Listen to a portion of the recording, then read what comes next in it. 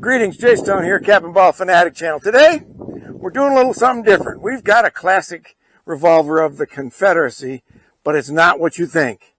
In today's video, we're going to shoot and discuss what some authors have called the accidental Schneider Glassick replica. So stick around and find out why it is an accidental replica.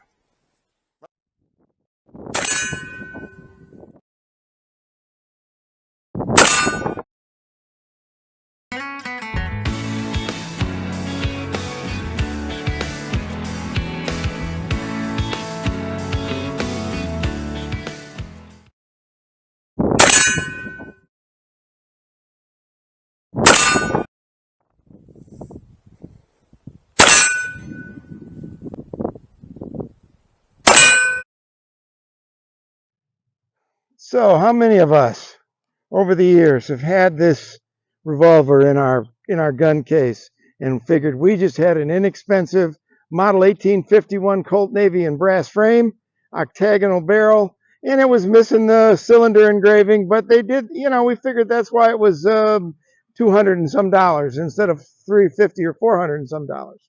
So we've always had this. We've shot it. It's fun. It's a great starter pistol for people wanting to get into cap and ball revolvers, and all of that remains the same. A fellow by the name of Dr. Jim Davis, who was probably the foremost historian of the cap and ball revolver replica market since its beginnings. He, in his research, came across a gun manufacturer during the Civil War period named Schneider Glassick, and they were located in Memphis, Tennessee. And they were in business, according to all the records I can find, from about 1859, 1860 until 1864. And what he discovered is that Schneider Glassick, although they only produced about 50 of these, was producing basically a gun that this is modeled after. The Schneider Glassick cap and ball revolver was a brass frame copy of the 1851 Navy with an octagonal barrel and no engraving on the cylinder.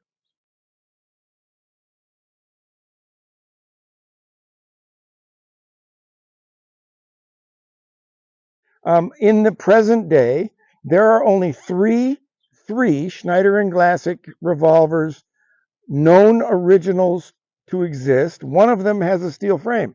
So in fact, there's only two of these brass frame 51 Navy lookalikes that actually were the Schneider Glassick. All this time, what we've actually had in our hands is what he and his colleague now, who's taken over the mantle of this history, a fellow by the name of Dennis Norton, good friend of mine, and I'll put the link to his website below because he has an archive like you wouldn't believe. What we have had all these years is an accidental replica of the Schneider Glassick 36 caliber Confederate classic cap and ball revolver. And you all know, if you follow the channel, I like Confederate firearms. My family has, even though I'm from Michigan and have lived in Michigan my whole life, on my dad's side of the family, my dad was born in Tennessee. My grandmother's family is from the Boot Heel of Missouri. So I have a proud Southern interest and tradition in my family tree, and I've always been interested in that. And there's even rumor in the family, although I'm not sure I believe it, since my grandmother's last name was Davis, there's always been rumor that somewhere I'm a shirt tail extended relative of Jefferson Davis. So I've always had a fascination with both the Civil War and with sort of the Confederate firearms and of that period.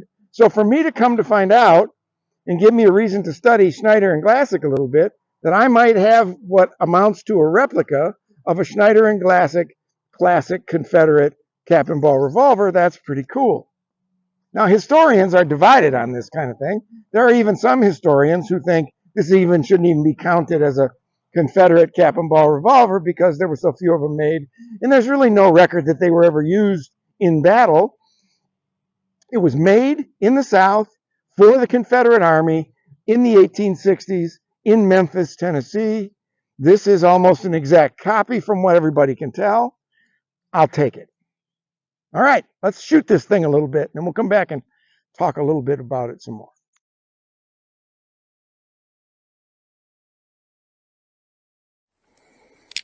20 yards on paper.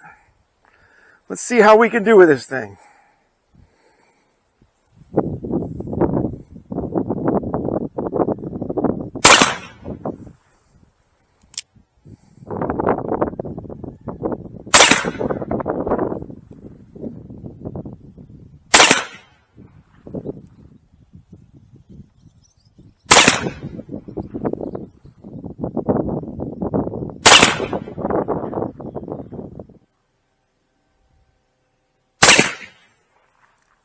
All right, let's shoot 6 more at paper.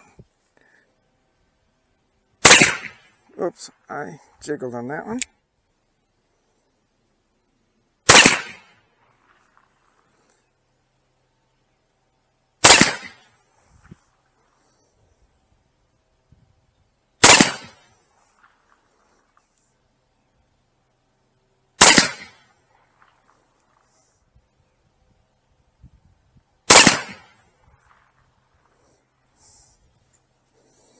Okay, I know I'm shooting way left, I can tell you that. But that's pretty typical of these revolvers. More typical of me.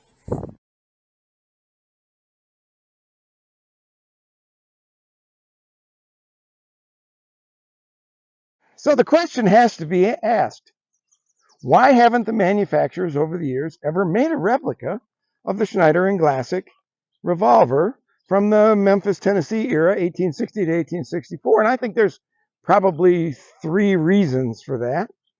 One is, and it's sort of related to the second one, that is that they only made 50 of them back in the day. And I don't think these are a well-known brand of Confederate revolvers that anybody would create, that would create enough demand for people to go, oh my God, it's a Schneider Glassick. I got to get one of those. Not like some of the others. But the main reason is this. Most of the original replica drawings and methods were done because the manufacturers of the day were able to get their hands on an original of a particular gun, a Colt or a Remington. And since there are only 2 Schneider Glassick brass frames in the world, they've never been able to find an original. So I don't think it ever amounted to developing a replica of something they may not have even known about.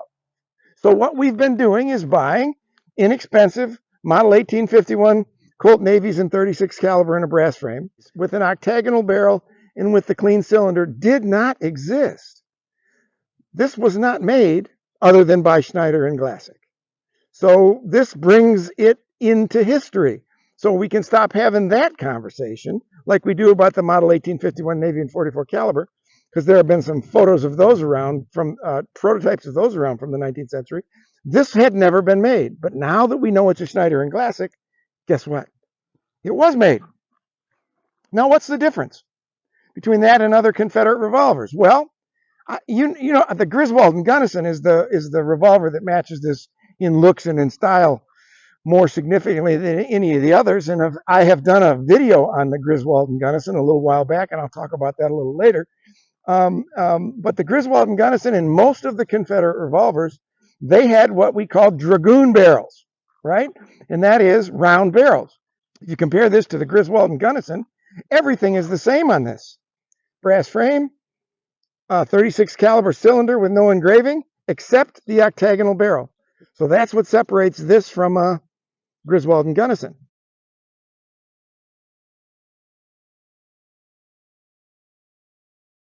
Here we stand, shooting our 1851 Colt Navy in brass frame that, until I read this article, and maybe for some of you until today, we were convinced this didn't exist in history. But now we know that it did in some version. And to the best of our knowledge, because there's only 2 originals, this is as close a copy of that as any of our Cap and Ball revolvers are of the originals that we shoot every single day. So let's go shoot some more and see how we can do.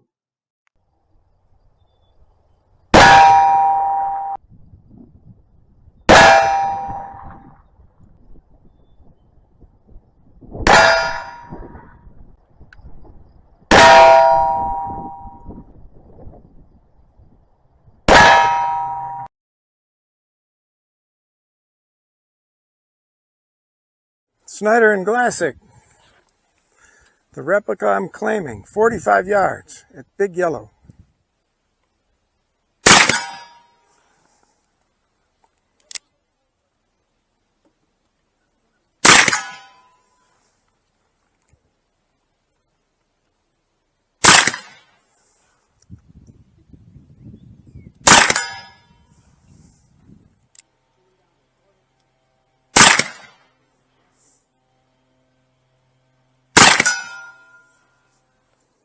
Hey, listen, thanks a lot for watching today's video. It was a little bit different. I hope you learned something. I certainly learned something in the making of this video. So Jay Stone again. We'll see you again on down the road the next time. Oh, yes, by the way, don't forget that video I made a while back on the Griswold and Gunnison. Before you check out a YouTube tonight, why don't you take a peek at it right here?